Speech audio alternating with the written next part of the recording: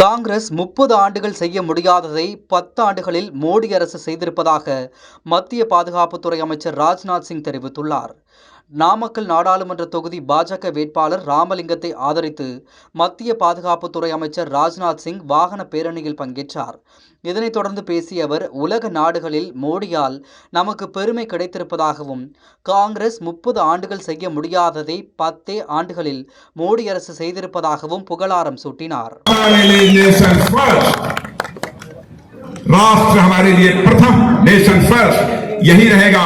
हमारे सारे वर्कर्स को, हमारे सारे सपोर्टर्स को इसी विजन के साथ इस देश में आगे बढ़ना है. நமது அனைத்து நிலை பொறுப்பாளர்களும் தேசம்தான் முதல் என்று நாம் வேலை செய்து கொண்டிருக்கிறோம். நமக்கு தேசம்தான் முதல். சகோதரர்களே, कॉन्फिडेंट रहिए, भारत सुपर पावर बनकर रहेगा. भारत सुपर पावर बनकर रहेगा. நீங்கள் உறுதியாக இருங்கள். பாரதம் சூப்பர் பவராக இருந்து இருக்க செய்து கொண்டிருக்கிறோம். रंगराजन जी को बहुत सोच समझकर वेल कंसीडर्ड डिसीजन लिया गया है. रंगराजन जी को यहाँ का कैंडिडेट बनाने का. केपी रामलिंगम जी को यहाँ पर कैंडिडेट बनाने का बहुत ही वेल कंसीडर्ड डिसीजन. और आप देख रहे हैं हमारे केपी रामलिंगम जी बॉडी से भी या ठीक ठाक है.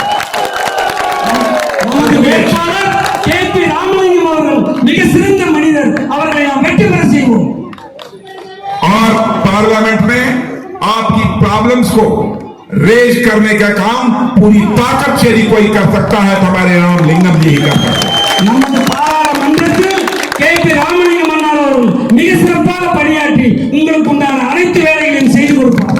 आप इन्हें अपना सपोर्ट करिए.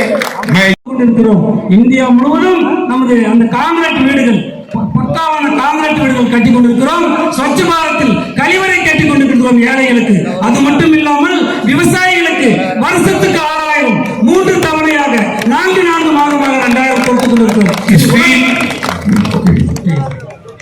स्ट्रीट वेंडर्स को भी हम असिस्टेंस प्रोवाइड कर रहे हैं. उनको भी हम लोन्स दे रहे हैं. उनको भी ताकतवर बना रहे हैं.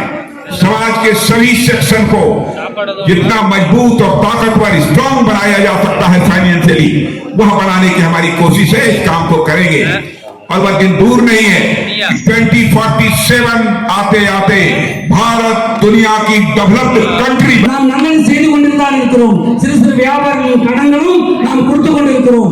2047 நாம் மிகப்பெரிய சக்தியாகவும் மிக சிறந்த நாடாகவும் உருவாக நாம் முயற்சி செய்து கொண்டிருக்கிறோம். சகோதரர்களே, डीएमके का कहना चाहता हूं कि रामलिंगम को जिता दिया तो उसके बाद आपका वेलकम करने के लिए मैं फिर से आऊंगा. मैं आपको विश्वास दिलाता हूं.